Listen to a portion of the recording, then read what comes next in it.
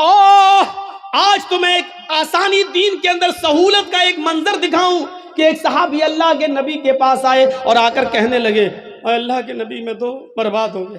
اللہ کے نبی نے کہا کیا ہوا؟ کہ میں بتا نہیں سکتا ہوں. کہ بتا نہیں سکتا ہو تو راستہ کیسے نکلے گا تیرے لیے؟ کہ اللہ کے نبی شرم آتی ہے کیسے بتاؤں. کہا ان اللہ لا یستحی من الحق، اللہ تعالیٰ حق بات سے نہیں شرماتا. اس نے کہا اللہ کے رسول روزے کی حالت میں بیوی سے ہم بستری کر لیں. رمضان کا روزہ تھا، روزہ فرض روزہ میں رکھا ہوا تھا اور روزے کی حالت میں بیوی سے ہم بستری کر لیں. اللہ کے نبی نے کہا اوف، تو چلیے ہو گئی غلطی، کوئی بات نہیں، کفارہ ادا کر دو. کفارہ مطلب پراشچت، کفارہ ادا کر دو، اس کا دنڈ ہے، اسلام نے بتایا ہے، وہ پورا کر لو. کہنے لگا نہیں معلوم کیا ہے. اللہ کے نبی نے کہا ایک غلام آزاد کر دو. ایک غلام، اس زمانے میں آدمی عورتیں بیچے جاتے تھے، خریدے جاتے تھے. اللہ کے نبی نے کہا ایک غلام آزاد کر دو. کہتا غلام کہاں؟ کہ اللہ کے رسول مجھے تو خود دوسرے کی زندگی ہو گئی، غلامی کرتے کرتے دوسرے کی غلامی کرتے کرتے پوری زندگی ہو گئی ہماری. میں کیسے غلام خرید کے آزاد کر دوں؟ نہیں کر پاؤں گا. اللہ کے نبی صلی اللہ علیہ وسلم نے فرمایا اچھا تو غلام آزاد نہیں کر سکتا؟ کہ نہیں، تو دوسرا آپشن بھی ہے. کہ کیا ہے؟ کہ تم 60 روزے رکھو، شہرین متتابعین، مسلسل کنٹینیو ریگولر. کتنے روزے رکھو؟ 60. اس نے کہا 60؟ کہ یہ بھی نہیں ہو پائے گا. وہ بھی کنٹینیو سمجھ رہے ہیں نا؟ اگر 55 روزے 55 روزے رکھ لیے اور ایک چھوڑ دیا، نہیں ایک دن سستا لیں بعد میں پھر رکھیں گے، ایک چھوڑ دیا تو 55 بیکار. اب پھر 1 سے 60 رکھو. اگر بخار آ گیا، بیمار ہو گئے، کوئی بات ہو، وہ ایک الگ بات ہے، وہ ایک مجبوری ہے. لیکن سوچو جو لوگ روزے کی حالت میں، جن کی نئی نئی شادی ہوتی ہے، اس لیے ان سے کہا کہ زیادہ روزے کی حالت میں تھوڑا دور ہی رہو. روزے کی حالت میں بیوی سے کیوں کہا؟ کیونکہ نئی نئی شادی ہوئی ہے، تھوڑا قریب آؤ گے، دل بہک گیا، کہیں ایسا نہ ہو کہ روزہ ہی خراب کر بیٹھو. تو اللہ کے نبی صلی اللہ علیہ وسلم نے منع کیا ہے روزے کی حالت میں زیادہ قریب مت ہو. رات پوری پڑی ہے، دن میں قریب مت ہو. تو اس نے کہا اللہ کے رسول 60 روزے وہ بھی مسلسل پیدر پہ نہیں رکھ پاؤں گا. آپ نے کہا کیوں؟ کہا ایک روزے میں تو یہ حالت ہو گیا، بیوی سے مل بیٹھا، 60 نہیں رکھ پاؤں گا. ایک روزے پہ تو صبر نہیں ہو سکا، 60 میں کون کر لے گا؟ نہیں ہو، یہ بھی نہیں ہو، میری طاقت سے باہر ہے. اللہ کے نبی نے کہا اچھا تو تیسرا آپشن بھی ہے تمہارے لیے. کہا کیا؟ آپ نے کہا 60 مسکینوں کو کھانا کھلاؤ. بڑا دلچسپ واقعہ ہے. 60 مسکینوں کو کھانا کھلاؤ. کہتا ہے 60 کہاں؟ کہ اللہ کے رسول آپ کو معلوم نہیں ہے کہ میں کس بستی سے آیا ہوں؟ کہ کس بستی سے آیا ہوں؟ کہ اللہ کے رسول میں فلاں فلاں بستی کا رہنے والا ہوں، اور میرا حال یہ ہے کہ صبح اگر کھا لیتا ہوں تو شام کو بھوکا سوتا ہوں، اور شام کو اگر کھانے کو مل جائے تو صبح نہیں ملتا ہے. ایک ٹائم نصیب ہے، ایک ٹائم نہیں. اور آپ ہم سے کہہ رہے ہیں 60 مسکینوں کو کھانا کھلاؤ. ارے ہمیں تو 2 ٹائم کھانا نصیب نہیں ہو رہا، 60 کو کہاں سے کھلاؤں گا؟ اللہ کے نبی نے کہا یہی 3 راستے تھے، چلو ایک اور راستہ نکالتا ہوں تمہارے لیے. نماز کا وقت ہوا، نماز پڑھنے صحابہ آئے. نماز کے بعد آپ نے صحابہ کو بتایا تمہارے بھائی کو ایسی ایسی پریشانی ہو گئی ہے، اس کے لیے کچھ مدد کرو، کچھ چندہ اندہ کرو. صحابہ نے چندہ کیا، کوئی 2 کھجور لایا، کوئی 5 کھجور لایا، کوئی 10 کھجور لایا. 10 کلو کا ایک ٹوکرا بھر گیا کھجوروں کا، اتنا بڑا ٹوکرا. اللہ کے رسول نے کہا لو یہ تمہارے بھائیوں نے تمہاری مدد کی ہے، چلو اس 10 کلو کھجوروں کے ٹوکرے کو اٹھاؤ، اپنے گاؤں میں لے جاؤ، اپنے قبیلے میں، اور وہاں جتنے غریب ہیں ان میں تقسیم کر دو، تمہارا کفارہ ادا ہو جائے گا. جاؤ. ہنسنے لگا. اللہ کے نبی نے کہا کیوں ہنس رہے ہو؟ کہ اللہ کے رسول آپ نے کہا اپنے گاؤں میں لے جاؤ اور غریبوں میں بانٹ دو. کہاں؟ کہا اللہ کی قسم مجھ سے زیادہ غریب میرے پورے گاؤں میں کوئی ہے ہی نہیں. کیا بولا؟ اللہ کی قسم، اللہ سے، اللہ کی قسم پورے گاؤں میں مجھ سے زیادہ غریب میرے پورے گاؤں میں کوئی نہیں ہے. یہ سن کر اللہ کے نبی بھی ہنس دیے، صحابہ بھی ہنس پڑے. اللہ کے نبی نے کہا اچھا جاؤ تم ہی کھا لو اور اپنے بچوں کو کھلا دو، جاؤ کفارہ ادا ہو جائے گا. گناہ بھی کر بیٹھا، وہ جس کو کہتے ہیں ہم بستری، بیوی سے ہم بستری بھی کر بیٹھا، بڑا گناہ کر بیٹھا. غلام آزاد کرنے کی بھی طاقت نہیں رہی، 60 روزے بھی نہیں رکھ سکتا، مسکینوں کو کھانا بھی نہیں کھلا سکتا. اب لوگوں سے چندہ بھی ہوا تو چندے کو بھی بانٹنا نہیں چاہ رہا. یار اللہ کے رسول کس کو تھا؟ غریبوں میں بانٹنے کا حکم ہے نا.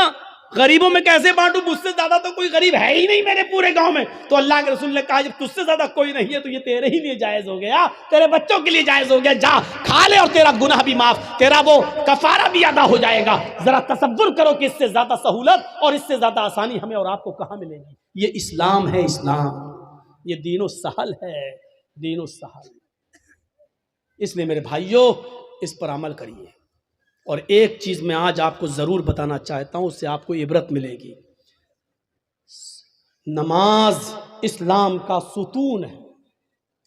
نوجوانوں یاد رکھیے گا, آپ کو جانا ہے جائیے, لیکن اس واقعے کو سن کر ضرور جائیے گا جو میں سنانے جا رہا ہوں. اللہ تبارک و تعالیٰ نے نماز کے سلسلے میں کیا فرمایا, یہ سن لیجئے گا. وَمَنْ أَعْرَضَ عَنْ ذِكْرِي فَإِنَّ لَهُ مَعِيشَةً ضَنْكَ. جو اللہ کے ذکر سے اعراض کرے گا, جو اللہ کے ذکر سے اعراض کرے گا, جو میرے ذکر سے اعراض کرے گا, ہم اس کی روزی کو تنگ کر دیں گے. 1.5 گھنٹہ ہو گیا آپ کا مائک سیٹ نہیں ہوا, کیمرہ, تعجب ہے یار. اتنی دیر میں تو لڑکی سیٹ ہو جاتی ہے, آپ نہیں کر پا رہے. اب ہم کو کیا معلوم, ہم تھوڑی بناتے ہیں, آپ لوگ بنا رہے ہیں, لیکن اٹھنا بیٹھنا اچھا نہیں لگتا نا, میں نے پہلے ہی کہا تھا. اب سنیے, وَمَنْ أَعْرَضَ عَنْ ذِكْرِي, اللہ نے کیا کہا, جو میرے 2-3 چیزیں آپ کو ملیں گی, پوائنٹ نوٹ کریے گا. یہ آیت بہت بار سنی ہوگی مولویوں سے, لیکن آج مجھ سے سنیے. 2 چیزیں بتائی ہیں. وَمَنْ أَعْرَضَ عَنْ ذِكْرِي فَإِنَّ لَهُ مَعِيشَةً ضَنْكَ. جو میرے ذکر سے اعراض کرے گا. ابھی اعراض بتاتا ہوں کس کو کہتے ہیں, اب بتانا پڑے گا. اعراض بنگال کا ماحول, اعراض, مولانا صاحب اعراض. وَمَنْ أَعْرَضَ عَنْ ذِكْرِي فَإِنَّ لَهُ مَعِيشَةً ضَنْكَ. جو میرے ذکر سے روگردانی کرے گا, منہ پھیرے گا, ہم اس کی روزی کو تنگ کر دیں گے. اللہ نے یہ نہیں کہا روزی بند کر دیں گے, 2 چیزیں ہیں. اللہ نے کیا کہا, روزی تنگ کر دیں گے. یہ نہیں کہا روزی بند کر دیں گے. روزی تو ملے گی لیکن تنگ کر دیں گے. تنگ کا مطلب ٹائٹ. اب ٹائٹ کی بھی قسم کیا ہے, آتا تو بہت ہے پیسہ ہمارے پاس, ایک دن میں ہمارے پاس 50 60 80 ہزار روپے آ رہا ہے, لیکن شام ہونے سے پہلے سب ختم ہو جا رہا ہے, رک نہیں رہا ہے. یہ ہے تنگ. آتا ہے چلا جاتا ہے, آتا ہے سب بچ ہی نہیں رہا ہے. مولانا ہاں کیا بات, برکت نہیں ہو رہی پیسے میں, کوئی دعا دے دو. ارے یار وہ مولوی تجھے کیا دعا دے گا, بیچارہ وہ خود 10,000 روپے مہینے میں پڑھا رہا ہے, اس کی روزی میں خود برکت نہیں ہو رہی ہے. وہ خود 8,000 روپے مہینے میں پڑھا, وہ تو تجھے تعریف دے گا, وہ تجھے کوئی راستہ بتائے گا. تو غلط جگہ پہ جا رہا ہے. وہ دل کی تسلی کے لیے کچھ لکھ کے دے دے, تو لٹکا لے, وہ الگ بات ہے, لیکن اللہ کی قسم مولوی کے پاس رزق میں برکت کی کوئی دعا نہیں ہے. ہم تو کرے ٹوٹ جاتا تو اچھا ہوتا. مولوی کے پاس کوئی دعا نہیں ہے. اللہ نے صاف کہہ دیا اگر روزی میں برکت چاہتے ہو تو یہ طریقہ اپناؤ. وَمَنْ أَعْرَضَ عَنْ ذِكْرِي فَإِنَّ لَهُ مَعِيشَةً ضَنْكَ. جو میرے ذکر سے اعراض کرے گا, یہاں ذکر سے مراد نماز ہے, ذکر سے مراد نماز ہے. دیکھیے اللہ نے قرآن میں دوسری جگہ کہا فَإِذَا نُودِيَ لِلصَّلَاةِ مِنْ يَوْمِ الْجُمْعَةِ فَاسْعَوْا إِلَىٰ ذِكْرِ اللَّهِ. یا ایھا الذین آمنوا اذا نودی للصلاۃ, اے ایمان والو جب تمہیں جمعے کی نماز کے لیے بلایا جائے, اذا نودی للصلاۃ, جب تمہیں نماز جمعہ کے لیے آواز دی جائے, یعنی اذان ہو, فاسعوا الی ذکر اللہ, تو تم دوڑ پڑو کہاں, اللہ کے ذکر کی طرف, یعنی نماز کے لیے. ذکر سے مراد کیا ہے, نماز. یہاں ذکر اللہ نے کس کو کہا, نماز کو. یہاں اللہ نے کیا کہا, وَمَنْ أَعْرَضَ عَنْ ذِكْرِي, جو میرے ذکر سے منہ موڑے گا, فَإِنَّ لَهُ مَعِيشَةً ضَنْكَ, ہم اس کی روزی تنگ کر دیں گے. میرے ذکر سے مراد نماز, یعنی نماز کے وقت جو منہ موڑے گا ہم اس کی روزی تنگ کر دیں گے. آپ نماز پڑھنا شروع کر دیجئے, روزی کے دروازے کھل جائیں گے, روزی کے دروازے کھل جائیں گے. اب اعراض کسے کہتے ہیں وہ بھی سن لیجئے, منہ موڑنا کسے کہتے ہیں, مثال دوں.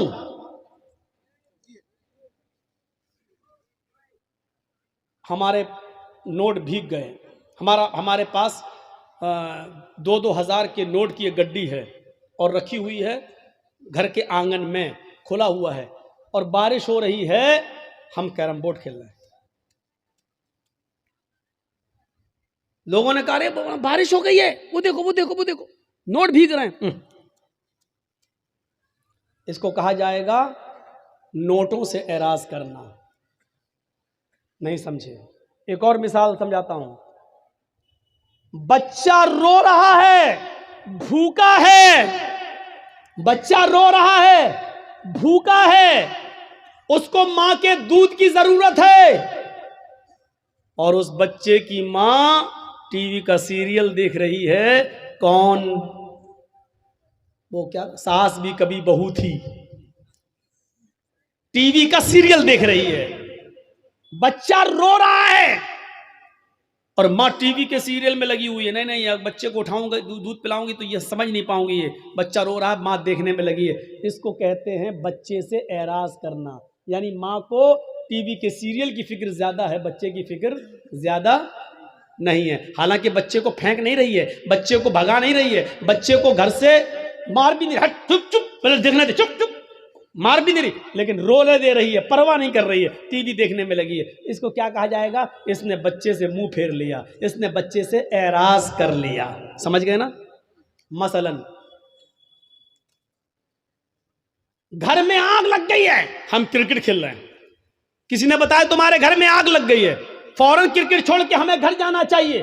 جتنا بچ گیا اس کو بچانا چاہیے، جتنا جل گیا اس کے بنانے کی فکر ہونی چاہیے کہ نہیں ہم اس کو بنائیں. اس کی فکر نہیں کر رہا ہے. جو کچھ بچ سکتا ہے پانی وانی ڈال کے اس کو بچانا چاہیے، لیکن نہیں بچا رہا ہے، کرکٹ کھیلنے میں لگا ہے. اس کا مطلب کیا ہے؟ اس نے اپنے گھر سے اعراض کر لیا. اب سمجھ گئے ہوں گے آپ کہ نماز سے اعراض کا مطلب کیا ہے. نماز سے اعراض کا مطلب یہ ہے، یہاں ہم کیرم بورڈ کھیل رہے ہیں اور وہاں مؤذن کہہ رہا اللہ اکبر اللہ اکبر، ہم اللہ اکبر کی آواز سن کر بھی کیرم بورڈ کھیلنے میں لگے ہیں. اس کا مطلب یہ ہے کہ ہم نے نماز سے اعراض کر لیا ہے. ہم نماز کا انکار نہیں کر رہے ہیں، لیکن نماز کے وقت ہم نماز پڑھنے نہیں جا رہے ہیں. یہ ہے نماز سے اعراض. یہاں میچ ہو رہا ہے، انڈیا پاکستان کا میچ آ رہا ہے، یہاں اذان کی آواز آتی ہے حی علی الصلاۃ، آؤ نماز کے لیے. ہم سوچ رہے ہیں یار 5 اوور باقی رہ گیا ہے، ہم یہ دیکھ لیں. اگر یہ نہیں دیکھیں گے، اگر نماز پڑھنے جاتے ہیں تو میچ کا لطف نہیں لے پائیں گے. کون ہارا کون جیتا یہ تو پتہ چل جائے گا، لیکن میچ کا ایک ایک بال کا جو مزہ لینا ہے اور ایک ایک بیٹ شاٹ کا جو مزہ لینا وہ دیکھ کر ہی ملے گا. ہمیں معلوم ہے 5 اوور بہ گئے ہیں، لیکن 5 اوور کے دیکھنے کے چکر میں ہماری جماعت چلی جائے گی. ایسے موقع پر جماعت کو نظر انداز کر دینا اور میچ کو دیکھتے رہنا، یہ ہے نماز سے اعراض. یہ ہے نماز سے اعراض. جو نماز سے اعراض کرے گا ہم اس کی روزی کو تنگ کر دیں گے. جن لوگوں کی روزی تنگ ہے، یعنی پیسہ تو بہت آتا ہے لیکن رکتا نہیں ہے، دنیا کا کوئی بھی ملا اور کٹھ ملا تمہیں کوئی تعویذ نہیں دے سکتا ہے. اگر تمہیں اپنا علاج کرنا ہے تو نماز سے اعراض بند کرو. اذان کی آواز سنتے ہی فوراً مسجد کی طرف جاؤ اور نماز کی ادائیگی کرو. اللہ سے کے ذکر سے اعراض کا بھیانک انجام کیا ہوتا ہے، اس انجام کی طرف میں تمہیں لانا چاہتا ہوں. آپ نے نام سنا ہوگا، اتر پردیش میں ایک ضلع ہے جس کا نام ہے غازی آباد. بائی روڈ جب آپ غازی آباد سے دلی جائیں گے، بائی ٹرین کی بات نہیں کر رہا ہوں میں، بائی روڈ جب آپ غازی آباد سے دلی جائیں گے تو غازی آباد اور دلی کے بیچ میں ایک قصبہ پڑتا ہے جس کا نام ہے لونی. جس کا نام ہے لونی. مسلمانوں کی اکثریت یہاں رہتی ہے، مسلمان زیادہ اس بستی میں رہتے ہیں اور سب اللہ کا شکر ہے زیادہ تر دولت مند، پیسے والے اور بڑی بڑی کوٹھیوں کے مالک. سن 1995 کی بات میں بتا رہا ہوں، 1995 کی. سنیے اللہ کے ذکر سے اعراض کا نتیجہ کیا ہوتا ہے. اللہ کا ذکر سے، نماز سے کے وقت جو نماز نہیں پڑھتا ہے تو اس سے منہ موڑنے کا نتیجہ کیا ہوتا ہے ذرا سنیے گا آپ. سن 1995 کے اندر، 1995 کے اندر اس گاؤں کے اندر 2 سگے بھائیوں کی شادی ہونے والی تھی. 2 سگے بھائیوں کی بارات لونی سے ہٹ کر ایک دوسرے گاؤں میں جانا تھی اور لڑکیاں دونوں اسی گاؤں کی تھیں. ایک ساتھ بارات جانا تھی. ایک لڑکے کی بارات اس لڑکی کی یہاں، دوسرے لڑکے کی بارات دوسری لڑکی کی یہاں جانا تھی. گاؤں ایک ہی تھا اور بارات دونوں کی ایک ساتھ جانا تھی. صرف نکاح سے ایک دن پہلے ان دو امیر باپ کے بیٹوں نے، ان دونوں بیٹوں نے سوچا کیوں نہ ہم اپنے یار اور دوستوں کو بلا کر آج کی رات کو رنگین کر لیں اور ڈانس کروا لیں، ناچ کروائیں، گانے سے ہم اپنی محفل کو سجائیں. تو ان لوگوں نے دلی جا کر، دونوں بھائیوں نے دلی جا کر دلی سے کچھ طوائفوں کو پیسہ دیا اور پیسہ دے کر ان کو رات بھر گانے کے لیے اور ناچنے کے لیے وہاں سے بک کر لیا اور ان کو لے آئے. ان دونوں بھائیوں کی گاڑی آگے آگے چل رہی ہے اور طوائفوں کی گاڑی پیچھے پیچھے چل رہی ہے. لونی آ جاتی ہے، عشاء کی نماز ہو چکی ہے، محفل سج گئی ہے، یار دوست بھی آ گئے ہیں، پورے گھر کے اندر دوست بھرے پڑے ہیں. دلی سے جو طوائفیں آئی تھی انہوں نے اپنا کارکرم شروع کر دیا. کارکرم شروع ہو گیا، ناچ شروع ہو گیا، گانا شروع ہو گیا. طوائفوں نے اپنے ٹھمکے دکھانا شروع کر دیے، اپنی کمر مٹکانا شروع کر دی. گانے میں ایک سے ایک بے شرم و بے حیا گانے گانے لگے. یہ دونوں بھائی اور ان کے یار دوست مزے لے لے کر اس رات کا مزہ لے رہے ہیں، ان طوائفوں کے چھلکتے ہوئے جسم اور ان کی کمر کے مٹکنے کا اور ٹھمکوں کا آنند لے رہے ہیں. رات کب گزر گئی پتہ نہیں چلا، رات کب گزر گئی پتہ نہیں چلا.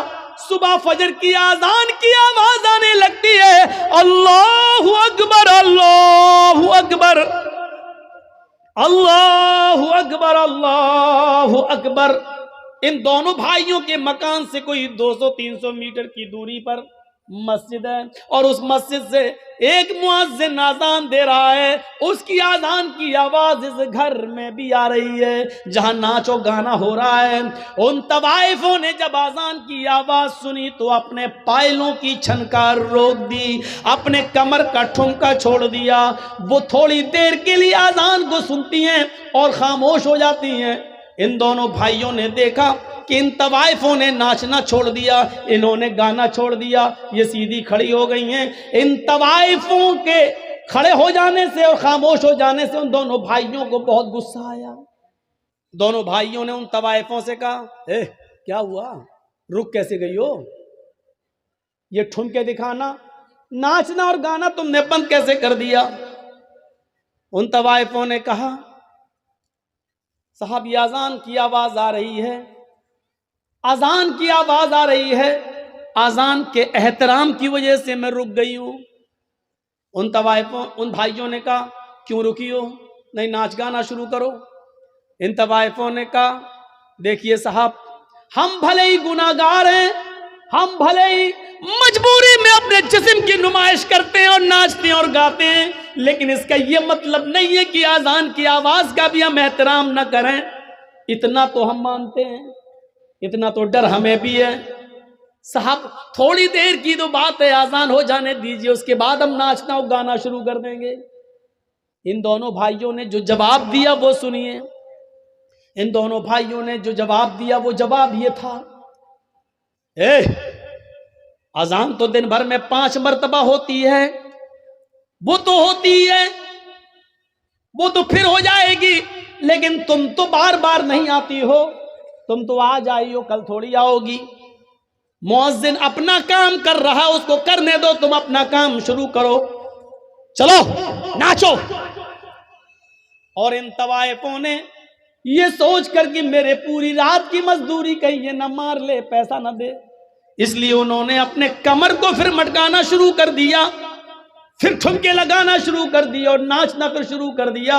اور یہ ناچ گانا صبح 7 بجے تک چلا. دن میں 2 بجے بارات جانا تھی، شام کو 7 بجے نکاح ہونا تھا، 9 بجے وہاں سے ان دونوں عورتوں کی، دونوں بیویوں کی رخصتی ہو کر ان دونوں بھائیوں کے گھر آنا تھی. کارڈ سب کو بڑھ چکے تھے، صبح 7 بج چکے ہیں. ان طوائفوں نے کہا، دیکھو میں اکیلے نہیں جاؤں گی، تم لوگ مجھے لے کر آئے ہو، مجھے دلی پہنچاؤ بھی، کیونکہ راستے میں ہم طوائفوں کو لوٹنے والے لوگ بہت ملتے ہیں، ہمارے جسموں کے ساتھ غلط سلوک کرتے ہیں، اس لیے تم لوگ ہمیں چھوڑ کے بھی آؤ۔ ان دونوں بھائیوں نے کہا چلو ہم لے کر آئے تھے تو چھوڑنے جانے میں کیا حرج ہے۔ ان دونوں بھائیوں نے اپنی گاڑی اٹھائی، طوائفوں کی گاڑی بھی چلنے لگی۔ اب طوائفوں کی گاڑی آگے آگے چل رہی ہے اور ان دونوں بھائیوں کی گاڑی پیچھے پیچھے چل رہی ہے، تاکہ ان طوائفوں کو آگے سے اگر پیچھے کر دیں تو ہم تو آگے نکل جائیں اور پیچھے سے ان کا اپہرن ہو جائے، نہیں تو ان طوائفوں سے کہا تم آگے آگے چلو۔ طوائفوں کی گاڑی آگے آگے چل رہی ہے اور ان دونوں بھائیوں کی گاڑی پیچھے پیچھے چل رہی ہے۔ سردیوں کے دن ہے، کوہرا بہت پڑ رہا ہے، سامنے سے ٹرک آ رہا ہے۔ سامنے سے ٹرک آنے کی وجہ سے طوائفوں کے ڈرائیور نے تھوڑا سا کراس کیا اور گاڑی کو نکال لیا، لیکن ان دونوں بھائیوں کے ڈرائیور نے شراب پی رکھی تھی، رات بھر شراب کا جام پیتا رہا اور ناچ و گانا دیکھتا رہا، یہ صحیح سے کراس نہیں کر پایا اور آنے والے ٹرک نے اتنی زور سے دھکا مارا ان دونوں بھائیوں کی گاڑی میں کہ گاڑی جمپنگ کرتے ہوئے 25-30 فٹ دور جا کے گرتی ہے اور بالکل دھوست ہو جاتی ہے، بالکل ختم ہو جاتی ہے۔